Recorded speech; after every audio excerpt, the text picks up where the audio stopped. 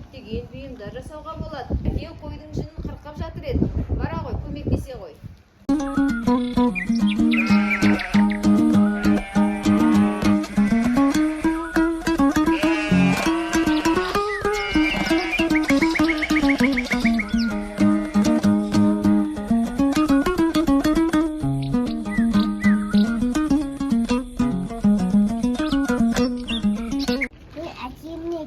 Көмектесіп, қойдың жүнін алдым.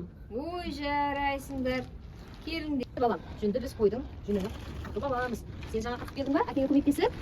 Иә. Сосын ол жүнді жақсылап жуамыз, тазартамыз, кептіреміз. Сосын осылай тарақтан тарап өткізіп, бір қалыпқа келгенше тараймыз. Өзім қолыммен тоқығанмын. Қараш қандай әдемі. Бұл деген жылы болады. Киіп жүрсең тоңбайсың, ауырмайсың. Бұл жакетті мен сенің әкеңе тоқығанмын. Әкесі киіңіз.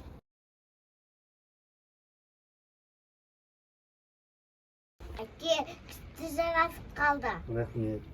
Қолыңыз күшті екен. Өте маған ұнады. Сенің анаңа тоқыған. Міне, келінім ала ғой. Өз қолыммен тоқыдым. Рахмет, ене. Немереме деп тоқыған жакетім бар еді ғой. Қайда ол? Ол сандықта еді, қазір әкеп беремін. Қане, алып кел.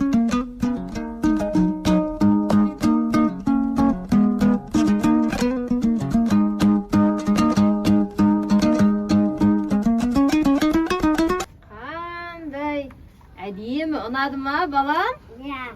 Әне, сен жылы жүрсін деп өз қолыммен тоқыған, отыра ғой қолым. Көп рахмет, баршамызды киіндіріп тастадыңыз ғой. Ой балам, бұл деген ата-бабаларымыздан келе жатқан мұра.